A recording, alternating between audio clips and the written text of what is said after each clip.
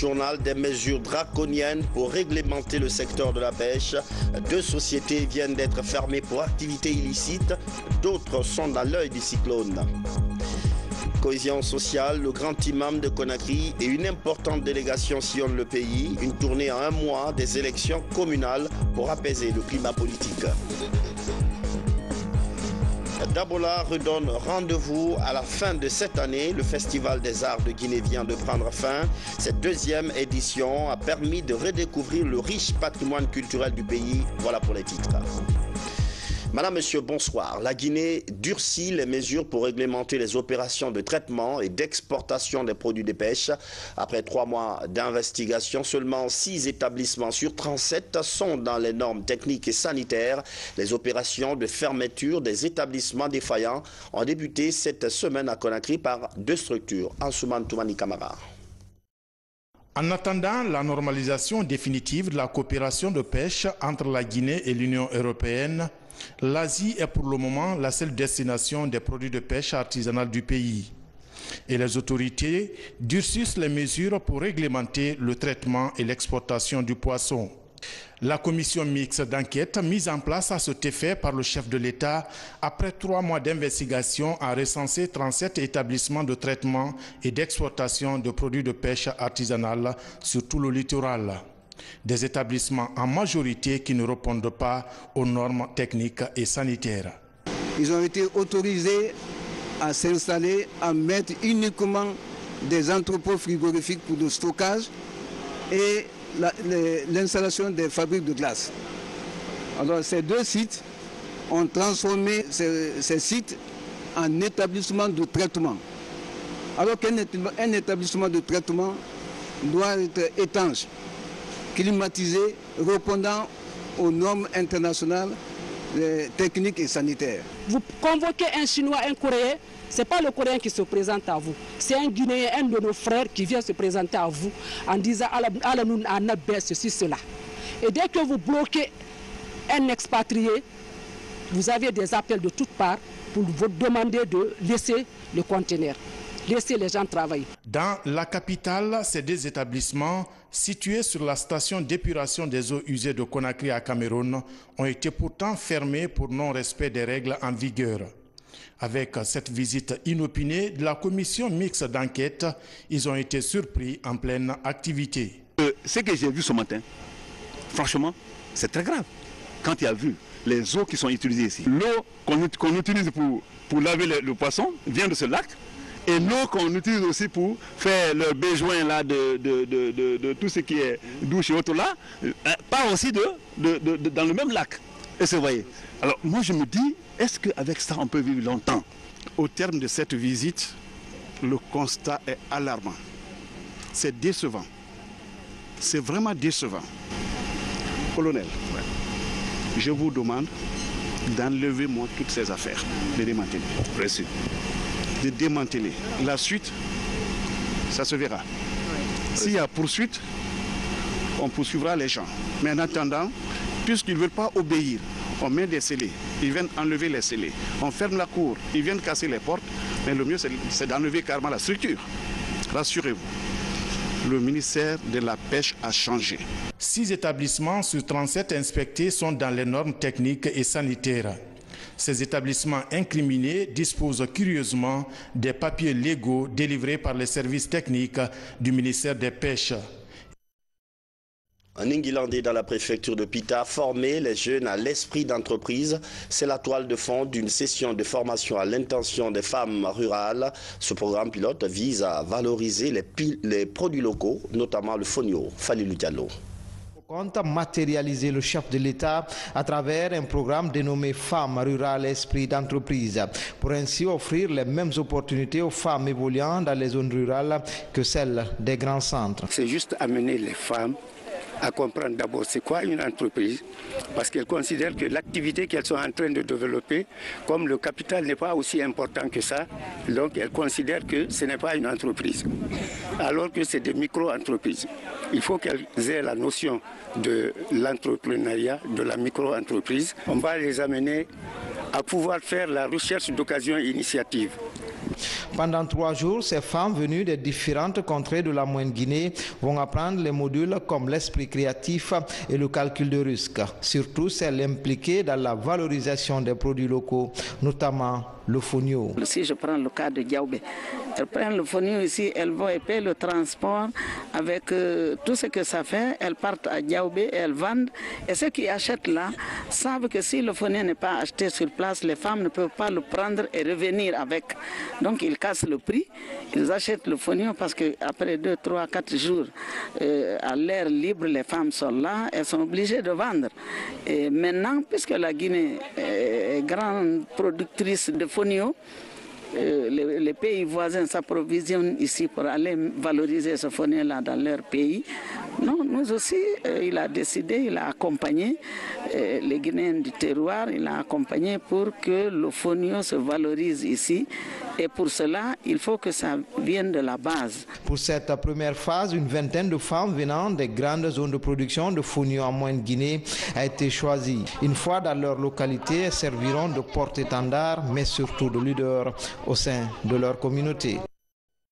La CENI fait le point sur l'état d'avancement des activités du chronogramme électoral. Le nombre de listes de candidatures et des cartes d'électeurs est désormais connu. L'institution l'a fait savoir récemment au cours d'un point de presse à son siège. Makemed Ozo.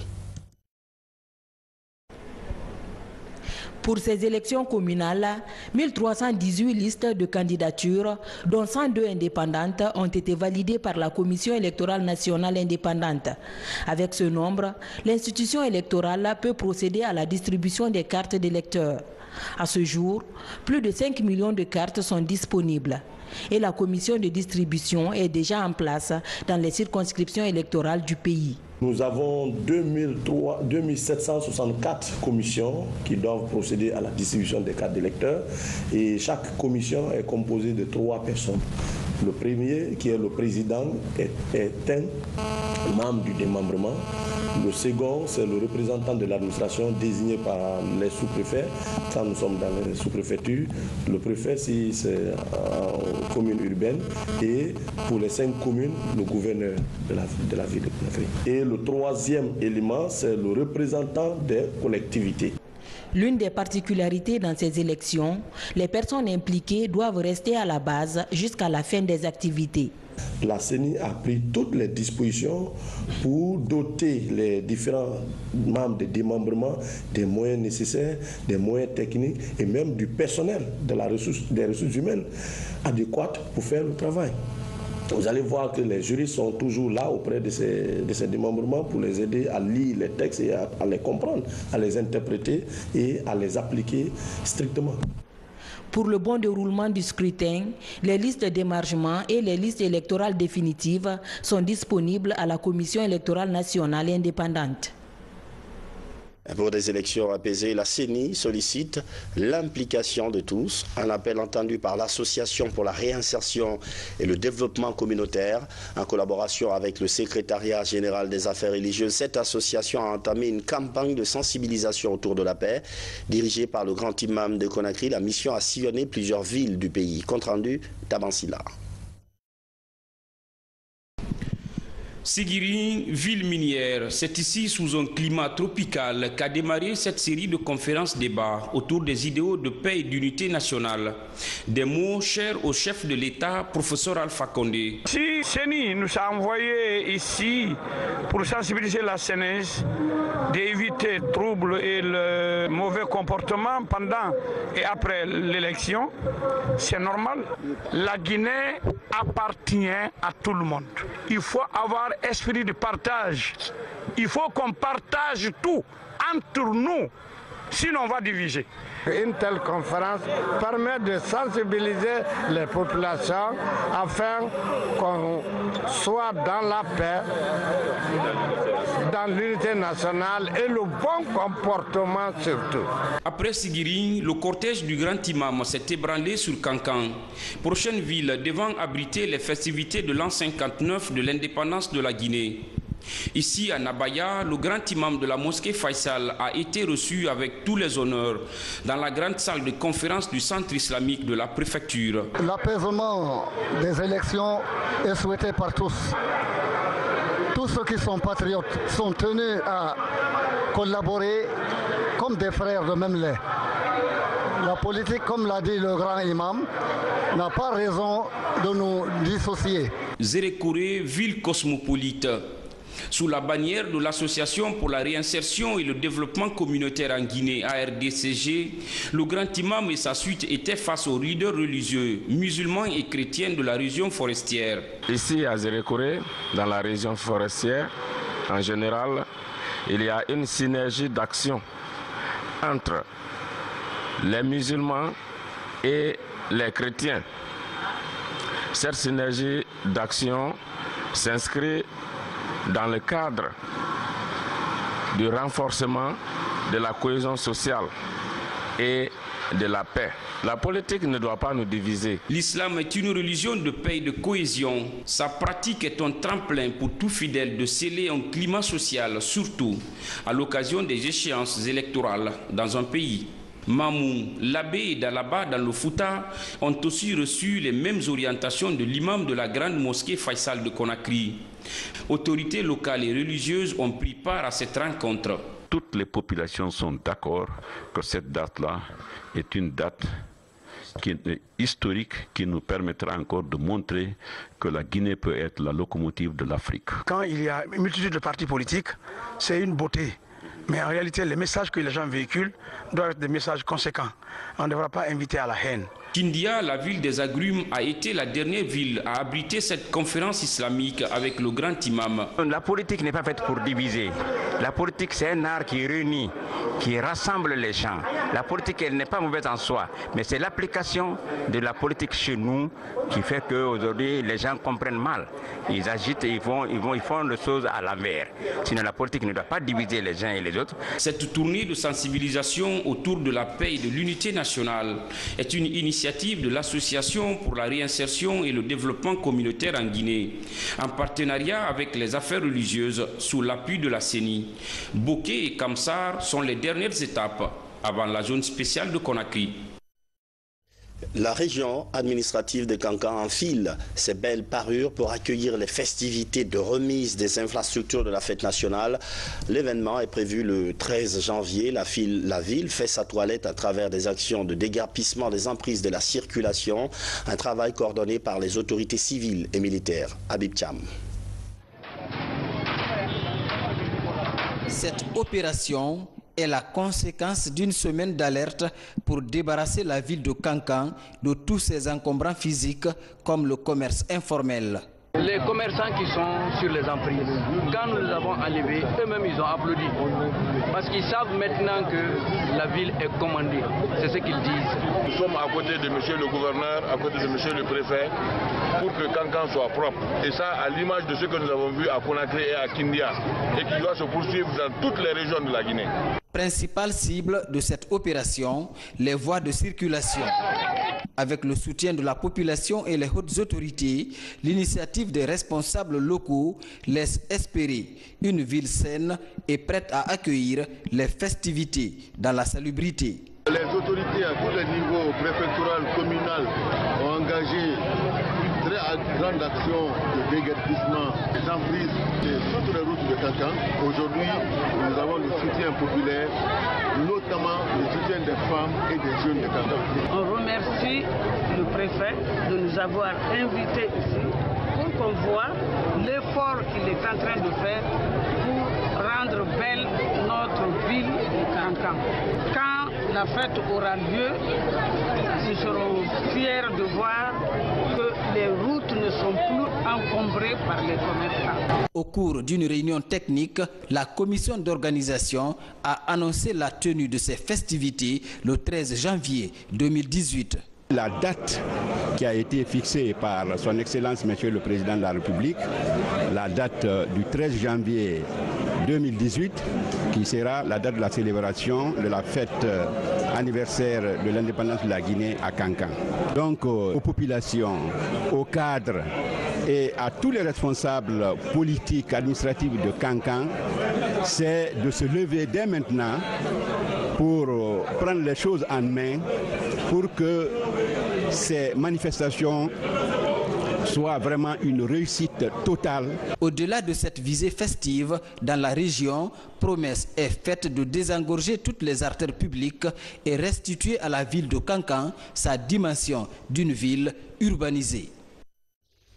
Comment positionner le port autonome de Conakry comme terminal de transit pour certains pays voisins?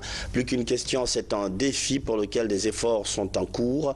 Il vise notamment à améliorer le trafic et lutter contre la congestion de la plateforme portuaire. Fodé Camara. Au port autonome de Conakry, jour pour jour, l'année 2017 s'est écoulée dans une atmosphère de leadership féminin. Un plan d'action marqué par le lancement des travaux de construction de 2 nouveaux blocs administratifs de 5 étages chacun, l'achat de 3 bus pour les travailleurs et des voitures de grand standing pour les directeurs sectoriels. Autre effort de compétitivité, l'acquisition d'un pont bascule numérique et des équipements navals de remorquage. Quand nous avons pris fonction, on a élaboré un programme d'urgence.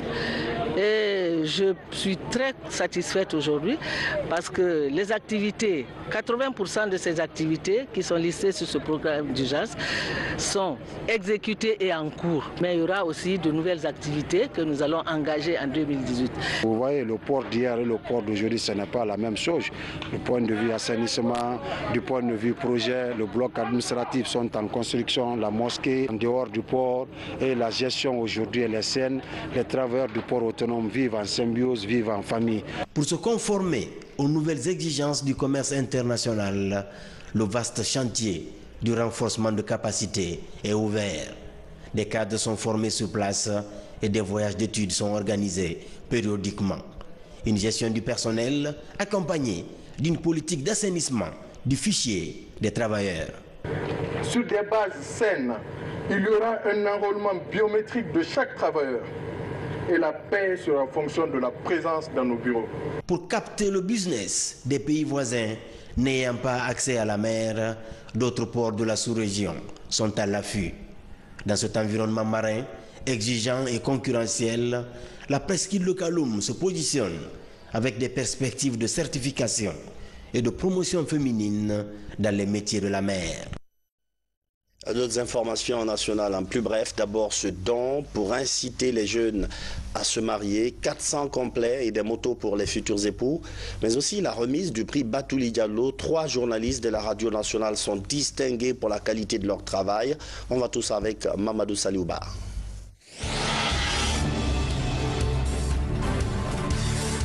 400 complets vax répartis dans 40 valises distribués aux jeunes célibataires de la commune de Matoto. En plus de ces pagnes, 8 motos de marque TVS sont aussi offertes aux jeunes de Matoto. Un geste d'Elhadji Alucene Ibrahim Kaba pour inciter les jeunes célibataires au mariage. Ce qu'il fait, il fait don de Dieu, don de lui-même pour satisfaire les démunis. Donc aujourd'hui, nous avons assisté à de tels événements. Je ne ferai que les remercier. Il a contribué et il contribue toujours à l'amélioration des conditions de vie des citoyens de mon quartier et des quartiers d'ailleurs.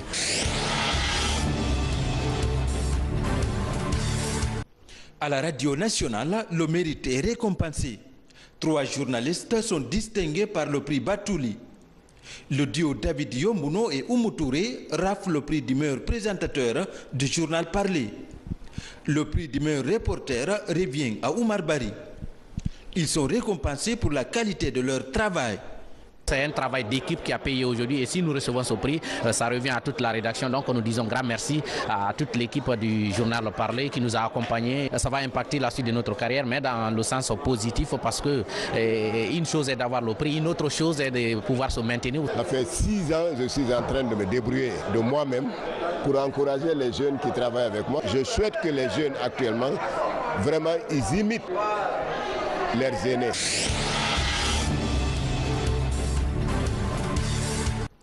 Le festival du slam a réuni plusieurs slameurs guinéens le week-end dernier. Le slam, une catégorie d'art composée de strophes. Sur scène, les slameurs expriment leurs sentiments sur certaines réalités sociales.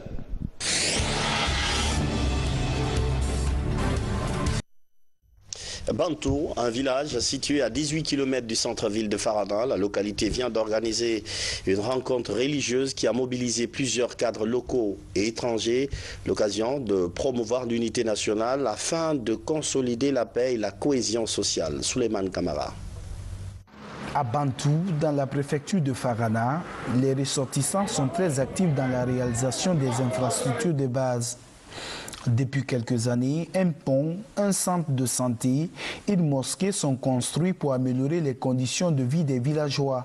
Les initiateurs initient des prières dans le village pour pérenniser ces acquis et renforcer les liens entre les populations de la localité. Car la joie qui est sur les Bantouka aujourd'hui est celle de ma joie en tant que grand imam est énorme. Il n'est pas donné d'oublier les œuvres des grands hommes, parce que tout ce que nous faisons aujourd'hui, c'est grâce à ces hommes, les fondateurs de ce village. Ce que je peux donner comme conseil à la génération montante, nos pères ont accompagné ces devanciers par de multiples sacrifices, nos pères, nos grands-pères.